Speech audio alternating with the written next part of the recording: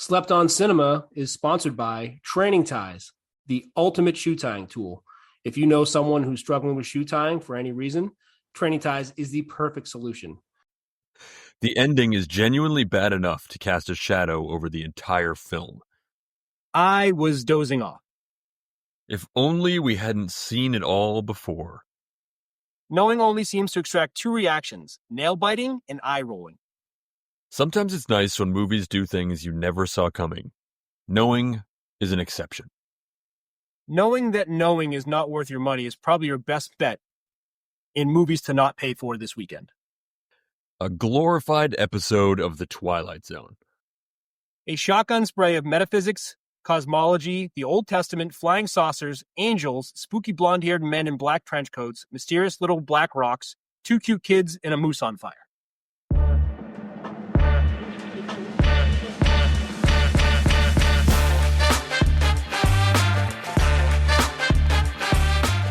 Welcome to this week's episode of Slept on Cinema. I'm your host, Stan Steamer. And I'm Grove Street. And this week we're getting into the 2009 genre-defying film. I don't even know what I would say this fits into. It's a little bit of everything. Knowing. And I guess this is another one of these films. We could just say this is a Nicolas Cage film. Yep. Because it's almost a genre of its own. Especially in 2009. This is an 2009 Nicolas Cage film, which is a big era of Nicolas Cage. Yes. Prime Cage era film. Not to be missed. And somehow this movie, like all movies we review on this podcast, are at or below 50% on Rotten Tomatoes for both critics and audiences. And we structure the podcast so that the first half is spoiler free. Talk about some things to look for in the film, take a break, go watch the movie, come back, and talk about what we just watched. Let's get to the rotten premise. 50 years after it was buried in a time capsule, a schoolgirl's cryptic document falls into the hands of Caleb Costler, the son of Professor John Costler. John figures out that the encoded message accurately lists every major disaster from the past 5 decades and predicts 3 future calamities, one a global cataclysm. When his warnings fall on deaf ears, John enlists the help of the prophetic author's daughter and granddaughter to try to avert the ultimate disaster. Critics score 35%, audience 42%. Yeah, I mean, obviously this movie's amazing, but I'm not shocked at the scores. I'm just not that shocked because this movie is insane. It's one of these movies that just, as I mentioned about sort of genre defying, it's a crazy movie. It's awesome. They just throw everything at you. And I feel like maybe some people just can't handle it. It's too much for some people. That's right. I think people want to know what type of movie they're watching. And this movie doesn't give you one type. And if you think you've got all the types, it's going to change even more, add even more towards the end. Yes, absolutely. Absolutely. So I'll just go into a little bit of background here. Opened March 20th, 2009. Open number 1. So it's nice to be back on top. Yep. Took in $24.6 million this opening weekend. Ooh. And I thought I'd dive a little bit into time capsules because this is a big time capsule movie. The history of time capsules here, there's a big debate as to when time capsules first started. The oldest time capsule was found in Poland from 1726.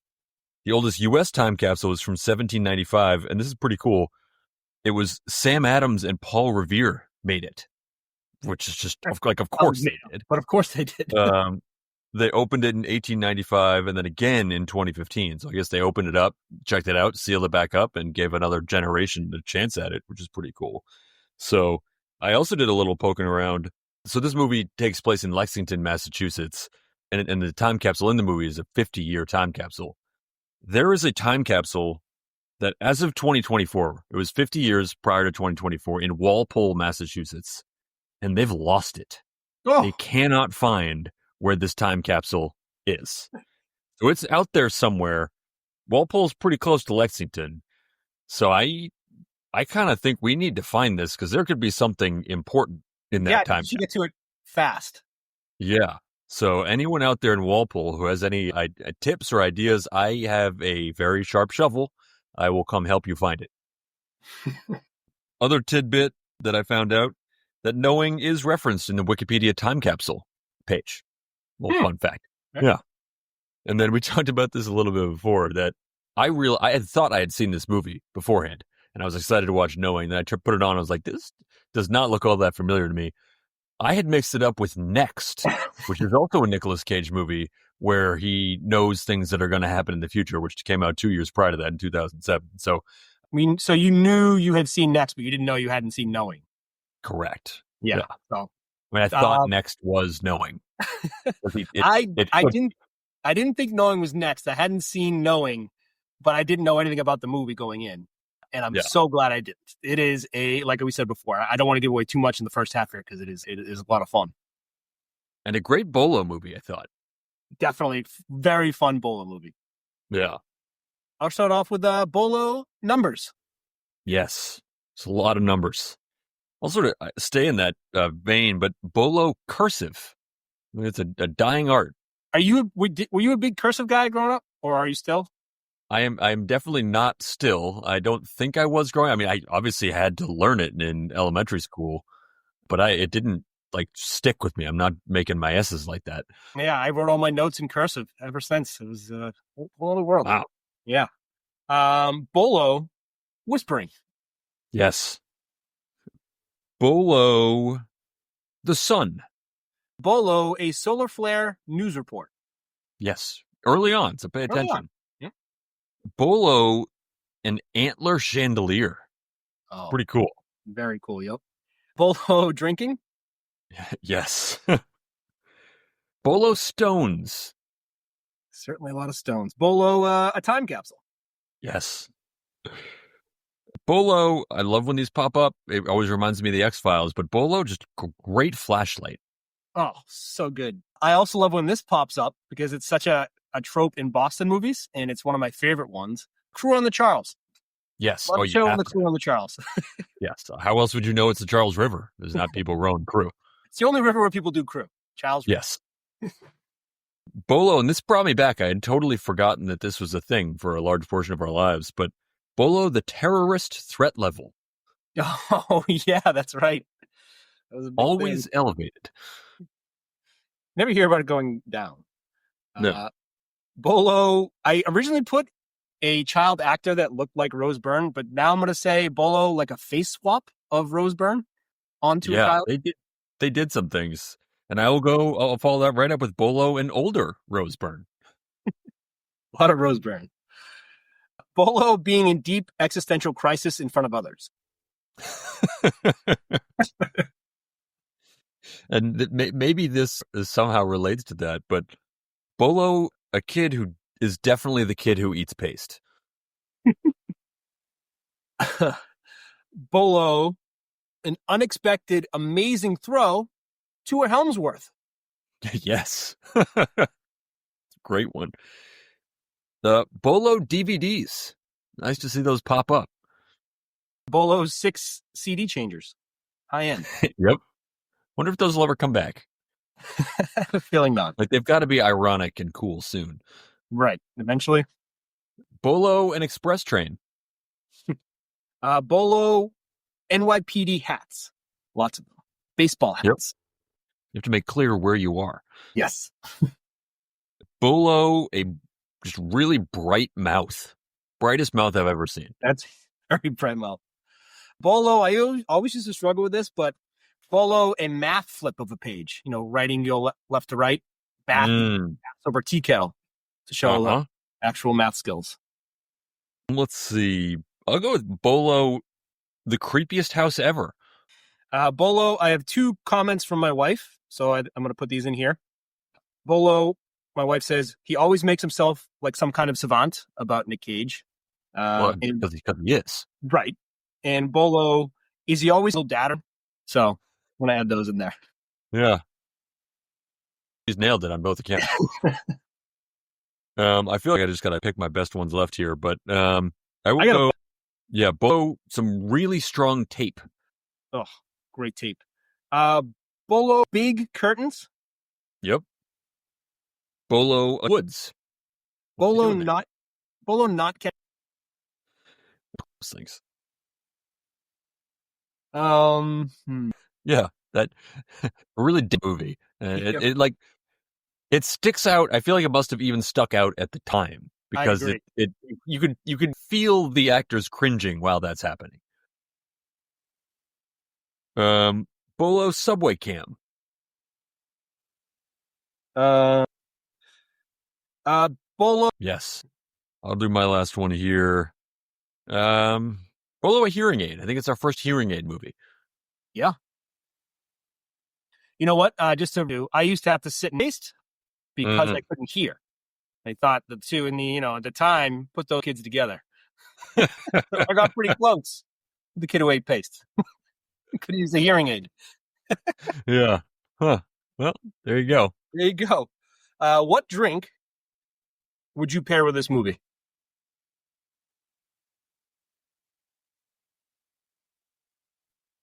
And you could easily go with an iced tea. But I think the perfect thing that would go with this movie is, and this is going to back a little bit of coin here. But this is the type of movie, if you're going to spend something on a nice drink, this movie would go great with it. So I'm saying go to your nearest purveyor of fine wines, and you're going to have to get a 1975 bottle of wine. Basically, it parallels the time capsule. It's someone put this in a bottle, you're opening it up and seeing what's inside. That'll go perfectly with this movie.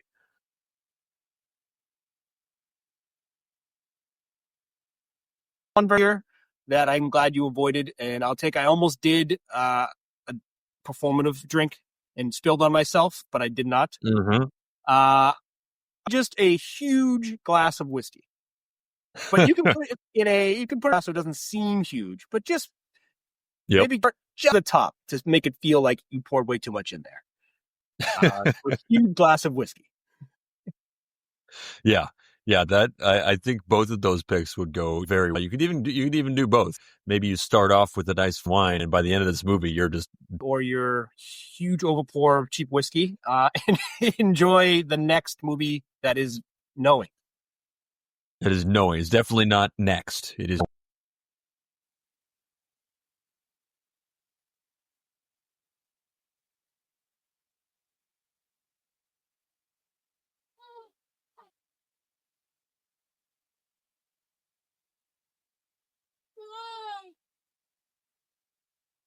"50 years ago, the students of William Dawes Elementary imagined what the future might hold. Today, we unveiled their legacy. It's a list of dates. Every major global disaster for the last 50 years in perfect sequence. The next number on the chain predicts that tomorrow, 81 people are going to die in some kind of tragedy. Estimates put the presumed dead at 81. The prediction came true. It's not coincidence. Don't let them watch the news. Why won't you tell me what's going on? The numbers are a warning. They're a warning to everyone. This is not a test. This is an emergency broadcast transmission.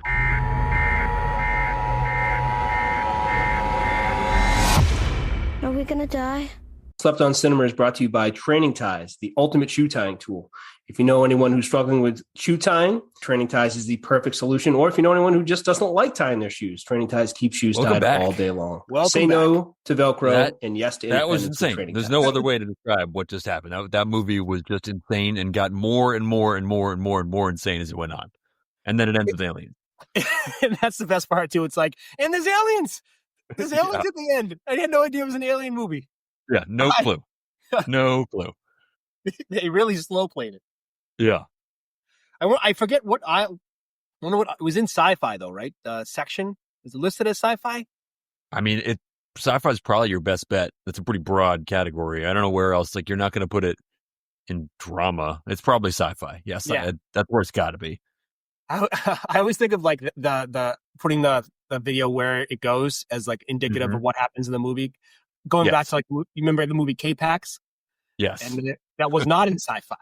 So it couldn't be. It was in like drama or like thriller. Interesting. So the fact that the sci-fi gives you some maybe chance that there's such a fun reveal at the end. Yeah, it was great. Should we get to the draft? I can't wait to see who you take or what you take number one. Let's do it. I think this is just a very pick from this is a pick for me right here. And this we talked about this. It's already been a little bit discussed, but I'm just going with the concept of time capsules. Yeah. I love the idea of a time capsule.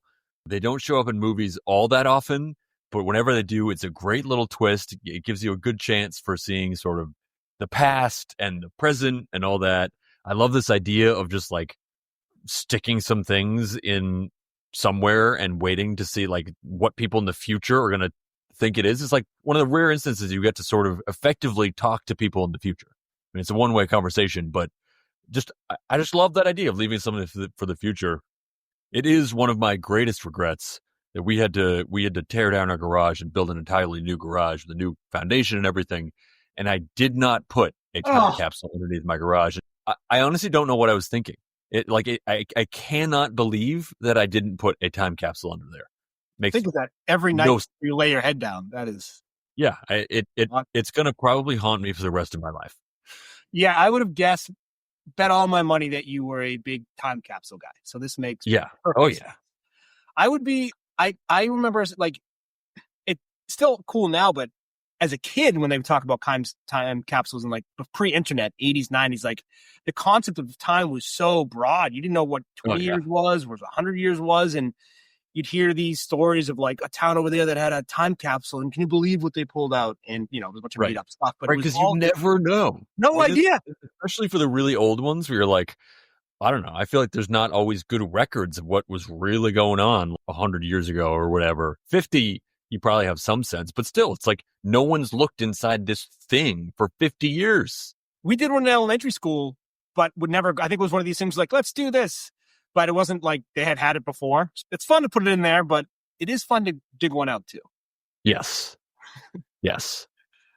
Probably our best time capsule movie so far. So far, yeah. I'm sure we'll have more. It's a great pick. I'm going to pick the award-nominated special effects scene. This movie, like, sometimes CGI takes me out of it, and especially in like that 2009 era, it can be really weird. Oh, yeah. The dangerous era. Yeah, I saw some people not like the CGI in this, and I don't get it. I think it's some of the best that I've seen. I thought that plane crash was awesome. Him coming out of nowhere, like turning on the side, and the wing hits first, and there's just that whole craziness. And he's hammered there because he had just been drinking all morning and night, and it's just an amazing scene. He's just running around throwing blankets on people, and it looked incredible. I mean, that was 2009. We just watched it, and there's so much like fake VR and whatever else going on now and AI. But this still looked better than anything we got. So I was really impressed by that whole scene. And like I said, it was nominated for some award because it was an awesome scene. Yeah, I'm glad that it was because, that scene was so cool. The way it developed, too, the way with him discovering the GPS coordinates, and then they tease you a little bit with like the car accident. And you're like, oh, this must be some car accident. And then just out of nowhere, this giant airplane falls out of the sky. It was brilliant. I feel like they sort of teased you with different things like that throughout the film, and it was just great. You won a nomination. If we ever win a nomination, we'll have won an award. Yes, 100%. My next one, I definitely could have left as a sleeper, but I think I liked it so much as a kid when it happened in the classroom. I was like, oh yeah, that's always worked for me. Putting on your thinking caps. I always think I think better as a kid when I put that on. Like if they're like, oh, put on your thinking caps, I think it works. That's really good. You know who needed better thinking cap in that class? Yes.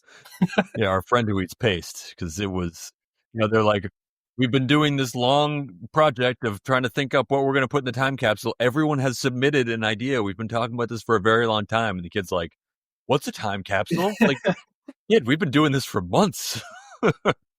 Not a good look. Put on that thinking cap, kid. That's a great pick. My second pick. I think this is another pick for me, and it shows up a little bit briefly and doesn't really play a crucial role, but I guess it's maybe a little bit of foreshadowing. I'm going with the telescope. I love the telescope that Nick Cage has for his son, and they're looking at Saturn, and the idea of being able to see other planets with effectively your eyes, like it's not in a book, it's not in a movie, you're just looking through some lenses and mirrors and seeing another planet, especially one like Saturn that looks so cool. It's another one of these kind of magical things. Like, that is mind blowing. I think there's a time coming in probably our futures where we get into that sort of stuff. I have bought a couple telescopes, but I haven't fully made it about that life. But it's like you said, it's just the coolest thing. I'm very close. My wife got me a telescope for Christmas. I haven't set it up yet because it's been too cold to go outside and really use it. And it's like a starter telescope. And I've heard from other people, I feel like it's an age thing. You sort of hit a certain age, you get into telescopes. Yep. So we're like clearly on the cusp of that age. And I've heard that it's like once you're into it, you don't stop. You just get better and bigger and bigger telescopes until you die. So I'm looking forward. We're gonna be like the never-ending story by the end. Yeah. So I loved the telescope. I loved him like sharing that with his son. It was. Did you like the multitasking he had going on while that was happening, with drinking the wine, cooking the? He was like cooking the dad's famous hot dogs. Right. In his hands. All right, my third pick, and I can't believe it's lasted this long. Being able to get this pick in the third round of any draft is the steal of a century. Nicolas Cage. I'm taking the man.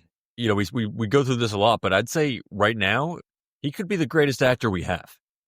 He's certainly the hardest working actor we have. Yeah, and his just dedication to the craft and just churning out great movie after great movie after great movie. He's great in this. He's always believable.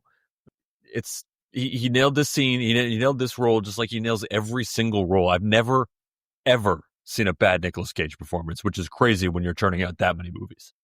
Yeah, I think he was our pick. We got here because he could have saved the movie in one change to be a blockbuster if that movie had just had it was Hurricane Heist. If that movie had just had Nicolas Cage, and I think it would have been a blockbuster. And this movie basically had Nicolas Cage and a bunch of crazy stuff. And guess what? It was a blockbuster. I think. Right. If this movie doesn't have Nicolas Cage, I almost don't even care who you replace him with. You can't. It's not the same. It's not the same.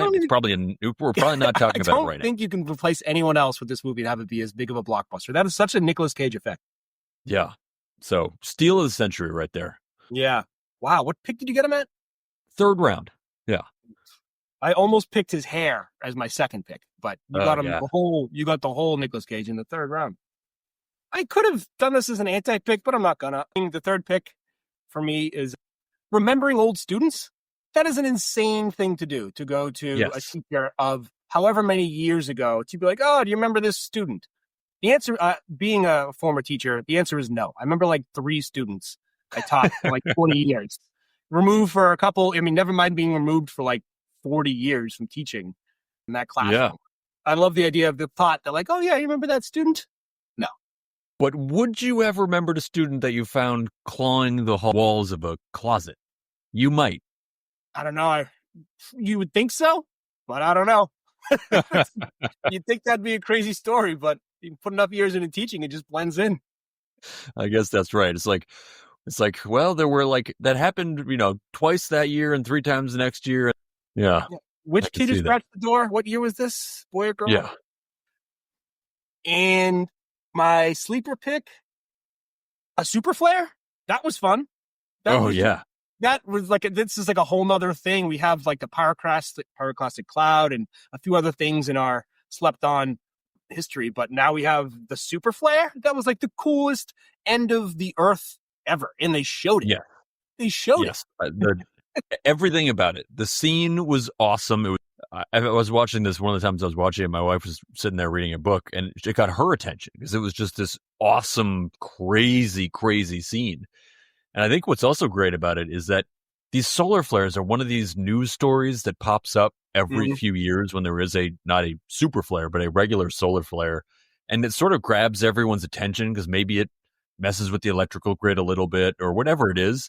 But they seem to be so unpredictable and just unusual. And the sun is so big and so powerful that it's always just very exciting when something crazy is happening.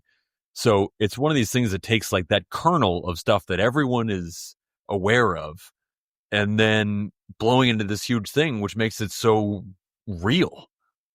So that's a great pick. Yeah. Big fan of that. All right. You got the final pick? Final pick, my sleeper pick. I don't know if I can really even get this as a sleeper pick, but I'm going to take it. I thought the family house, not the super creepy house at the end that the mother lived in and left all her crazy things, but their house with all its weird shapes, and it's clearly old, and it's got a bunch of, it's like back when they built houses in ways that were unique. Like the kid's bedroom has this crazy curved ceiling. Only in New England. You got these doors that are trapezoids to fit into wherever they can. It's very much set up like you can tell it's a professor's house as well. I just thought that whole house was just like the perfect house, and it's the kind of house that I think is in Lexington. Like they clearly, I know they didn't film this in Lexington or even in the United States, but they did a great job scouting that house.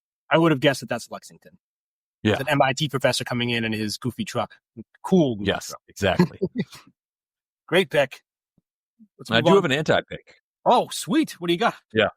Anti-pick here is when you see your kid talking to strangers in a car, there's really nothing worse than that. Nope. And the kid just get that out of my life. Yeah, I don't need that at all. That's like something you like. That still happens, especially in 09. Right. Like I thought we were warned about that in like between cartoons in the 80s and 90s, and everyone's doing that. They got to offer you candy and say creepy things. You don't go up to the car. You don't go up to the car. Don't go up to the car. They will snatch you in that car so fast. So fast. That was they'll snatch you. That was the word everyone had. They'll snatch you up in that car and you'll be gone. Terrifying. Yeah. That kid seems I can't even imagine looking out my window and that kid is talking to a stranger in a car. Like, I can't imagine being a kid. That kid seems so lost. Like, what are you doing that would even entertain this? Yeah, no, I mean, that kid belongs on a different planet. Let's be real here. That's a great anti-pick. This is a personal anti-pick, I guess, but the name Lucinda, I don't like that name because I had a cat named Cinda as a kid, and you can tell, I don't know if you can tell, but I've worked pretty hard to get rid of the Boston accent, and it just comes firing back every time. I'm like, Lucinda, and it just is just like my wife's like, what is it? Like, I think it's the cat that I had or something. Like it just keeps coming back. So now I've had to like push this off again. We just undid years and years of progress right there. Cinda, get in the house. Another fucking bird. Oh, that's great. Superlative. Favorite prediction? I really like this one. Yeah, favorite predictions. Obviously a lot of them, but curious what you have here. I changed it a few times, but I started thinking, I think it's really funny to have a mom who predicts your own death and you have to hear about it for your whole life. And then it comes true in the worst way. It's like all your fault or whatever, but it's just like, I would say predicting your daughter's death. That's like such a horrible thing. It's so bad. You have to just live with that. It was another one of those little twists they had for it, right? Where it's like, okay, we clearly think this is about to be the end of the world. That's what's going to happen. It's like, nope, she just dies in a car crash. Way there. Car crash. Just some bad driving. I feel like there's some joke there about like, well, the end of the world is really dangerous, but not as dangerous as driving to get there.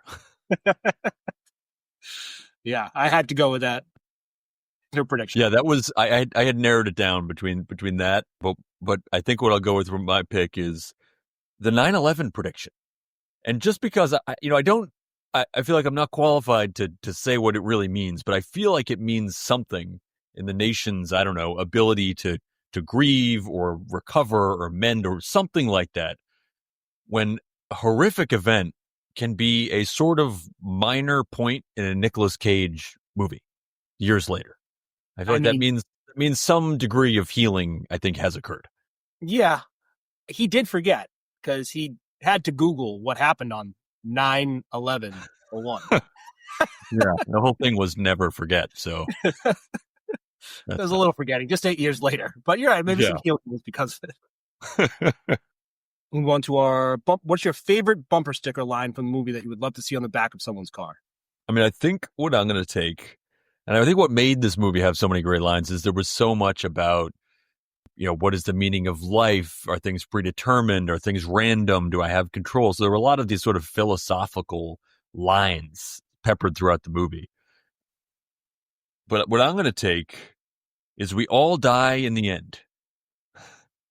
You see that on a bumper sticker. You're giving that car some room, but you're also being like, yep, I agree with that. Yeah, I like that. That's good. You're right. There are so many to choose from. I think I have to go with we have to save the children. It's just Yes. the type of driver that I can definitely see on the road. I know what type of car that is. I know who's driving it. We have to save, and it has to be in that like frantic voice. Yes. We have to save the children. Yep. That was my first runner up by far. It gave me huge Simpsons vibes from and maybe it was Maud Flanders who was always like, won't somebody That's what it think of is. the children? I think that's Totally brought me back to that. But yeah, I'd like that. That must be a bumper sticker. Like I've probably seen that on the car with that lady in the car. Yes, I'm sure that's what it is.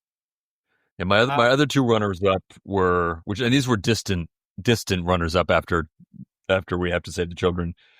People see what they want to see. I feel like that could be a bumper sticker, but it didn't make the cut. And we can't know for sure. That's all. It's like a very conciliatory bumper sticker.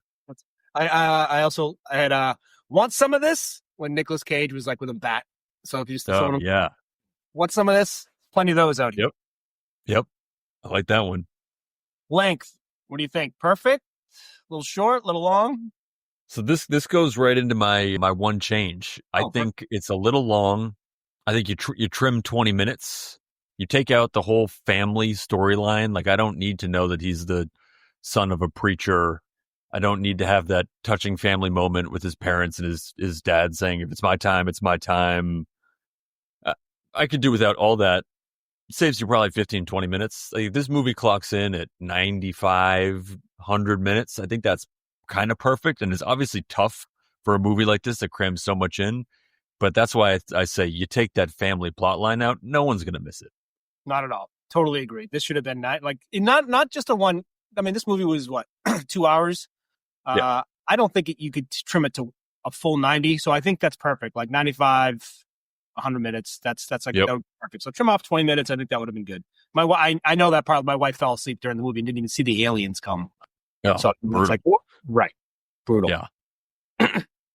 So that was your one change to be blockbuster and length?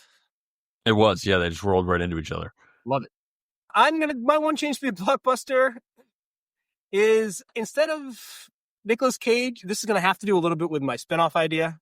Yep. Instead of Nicolas Cage just saying, okay, I can't get on the spaceship with my kid, he becomes Nicolas Cage, the action hero, and gets on that ship with his kid. And the movie ends with him on that ship headed to Eden because he's not quite sure if this is what it seems. So he gets on that ship instead of trusting angelic alien bright mouth dude with his son. He said, I'm not going to trust this. And he gets on that ship.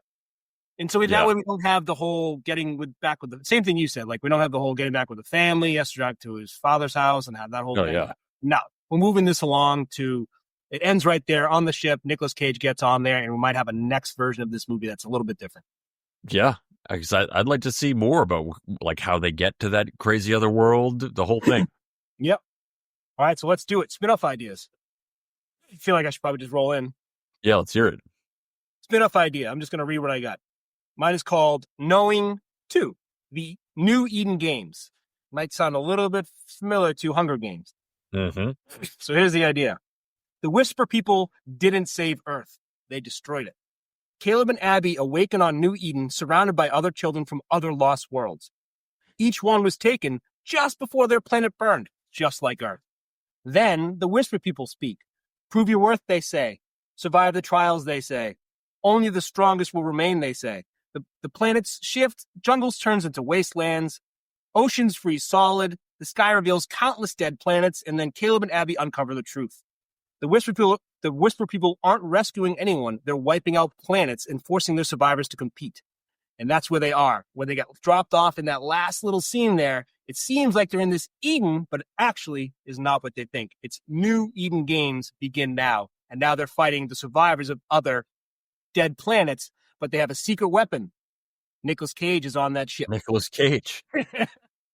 I like it. Yeah. It would be such an advantage to have an adult with you in just a battle of children. I mean, and then on top of that, it's Nicolas Cage, Right. like the action star Nicolas Cage. I mean, that you just be like all these kids with the dumbest ideas and just one adult is like, no, we're not doing that. I got Nicolas Cage. That would be awesome. I would definitely watch that. Mine is going the other direction. I want to see a very long prequel or a very long ago prequel, because my sense from this movie was that these aliens had maybe set up Earth and they had sort of created humanity and set this whole thing in motion, and that they then also knew what was going to happen. And I kind of want to see, like, there's a whole bunch of aliens. They probably didn't all agree what was going to happen. It probably took a lot of like figuring out, like, all right, like we got to put a little more like paprika in it to make sure that the plane crashes in 5,000 years or whatever. And I just want to see more about like how they went into that process of like tinkering and all the arguments about how to build this up so that exactly what they would want would happen. And I want to know how they figured out, like, I kind of think that they had to think about what they wanted to happen, because they set everything in motion. They must have had a plan. So I'd like to know like what their purpose was, why they were doing this. There's a lot you could follow up with some of that. Yeah, we want sort of the conversations philosophical of the Whisperers before this all happened. So the politics of how this all began, boardroom strategies of how to set up Earth. Yeah, exactly. That sounds great. Exactly. So do you think they knew it was going to end, or they were like, shit, we got to start over? Oh, that's what I'd like to know, Yeah. because I kind of feel like maybe they planned it like that and knew it was going to end, because they seem super smart. Yeah. It seems like a giant solar flare, and they at least knew 50 years ahead of time. So once you can know 50 years ahead of time, like I feel like, but who knows? Like I guess maybe it depends on how long ago they put the whole thing in motion. But we'll find out in the spinoff. Yeah, exactly. All right. Our tying up loose end segment, sponsored by Training Ties. Are there any notes that we didn't get to? I had one sort of thought that popped into my head. So when he's with Rose Byrne and he starts to mention, they're having this sort of nice date, and then he's like, breaks the news to her. The date is going really well, and she is a very attractive woman, and he's been on his own for a little while. At what point do you just change plans and you're like, I'm just going to run with this? I think probably pretty early. It seems like it would have been the better way. Inevitably, his kids would have been picked up by Bright Mouth, and he would have had at least a fun time prior to that, and he wouldn't have to go back to like hug his dad after. Yeah, So I think that would have been the right move. Yeah, I think he should have done that, and it seemed like, I was like, dude, this is a no-brainer here. Yeah, this is going way better. Yeah. Call an audible here, dude. Change lanes. Yeah. Yep. Your kids already get along. It's okay. Yeah. And it's going to get weird. Clearly, they get along too well. That's predestined, but whatever. We'll deal with that later. Yeah, that's not your problem. I like the part. I don't know if I want this to happen to me. If it does, I'd like to get out of it. But there's a part when he's just under like an awful itchy blanket with like a bottle of booze. Up forever. He's got the like the whiteboard of crazy numbers, and he's just like crazy in a room, sitting in like a swivel chair. Yep. I feel like maybe once in life you just get into that world for like a couple months, come out of it. It might be worth it. I don't know. It looks like he's really like that's his into something. I like the idea of being so into something you can't do anything else. Like the idea of those kids who like play video games and like dehydrate because they can't do anything else. I love the idea that you're just so committed, but also you're a wreck. So you're cold and you don't eat and you drink a lot of booze and you just get so wrapped in your crazy world. That seems like fun to go crazy. It does. It does seem fun because I feel like an important element is not only are you so wrapped up in it, but it's something that every single other person thinks is completely crazy and that you're totally wasting your time. So I feel like the odds of you discovering something really fascinating as a result of that is like pretty high. Pretty high. Like I feel like if you go crazy for a couple months like that, you're going to figure something out. Something's going to happen. It may not be good for you, but you're going to, it probably won't be good, but I feel like it's something, you're right, something everybody should do at least once. If we get into telescopes and come up with some crazy ideas, we'll be under a blanket with some booze soon enough. Yeah. Did you get what was up with the stones? I didn't really understand why they were leaving these stones everywhere. That seems strange. I have no idea. I tried to think of this too, and it was just like, because that's where at the mobile home the stones are there. Yeah, the stones were there, and that's what they took off from. But like, what you're going to be like? Oh, here's this stone. I know where this stone came from. Like, no, they're not stoneologists. They're No, children. not volcanologists or stoneologists. Yeah. Yeah, I thought the stone thing, they might, I don't know if they like got rid of one line that could have helped us with the stones as to why they're important. But I think in a 2-hour movie, we could have used some line where like, oh yeah, the stones mean blah, blah, blah. I agree with that. Okay, so last night on Earth, you get the message just like his friend did. What do? Do you go home and have a nice meal with your family? Do you go run through Boston naked? Do you do heroin? You're going to die. Yeah. What is the night plan? Do you do the honorable thing and sit around the table and tell everyone you love each other? Or do you go, screw it? Does everyone know it's the end of the world or just me? No, it is officially end of the world. This is like when he's driving through in the truck and it's like end of day. It's coming. You are going to die. What are you going to do with your next whatever hours? I probably want nothing to do with anybody else. Like, I feel like I already don't like having to be around a lot of people as it is. And this is people who are going completely insane and are totally unpredictable. Like, I'm probably staying home. And it's like, probably like, I'm opening up that 50-year-old bottle of wine. I'm doing like everything that I was, saving for best is coming out, and we're just having a great time at home. I think that's probably where I'm at. Totally agree. Coming home, we're opening up the wine and doing all the fun stuff. But I would like to think, I feel like if I was, I don't know what it would have been like if I was like 25 or something. Yes. When the world's ending. Very different answer. Right. Drugs and whatever. I didn't do drugs, but that's the time, right? Yeah. The world's ending. Maybe I just want to try heroin. It just keeps coming back. Just like maybe 15 minutes before the end of the world. That's enough. Probably a good way to go out. I think that's all I got. I assume you definitely wouldn't want to know when you're going to die. Most people say no, but would you? Definitely no. That would be so stressful. I would be thinking about it constantly. What if it was 92?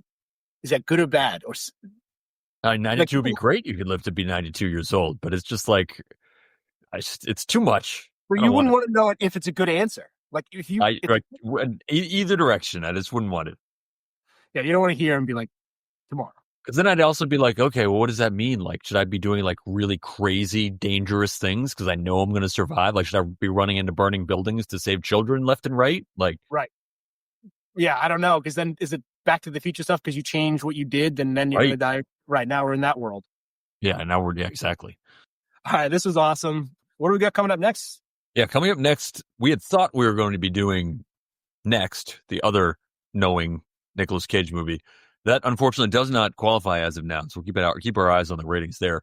But instead, we are obviously, once you think you're doing a Nicolas Cage movie, you have to do a Nicolas Cage movie. So we're firing up Drive Angry. Cannot wait for this. I haven't seen this either, but I cannot wait. 2011 sounds like prime. Perfect. Prime Nicolas Cage, Amber Heard. Awesome. Yep. All right. This was a blast. We'll see you next time. Yeah. Later. Later.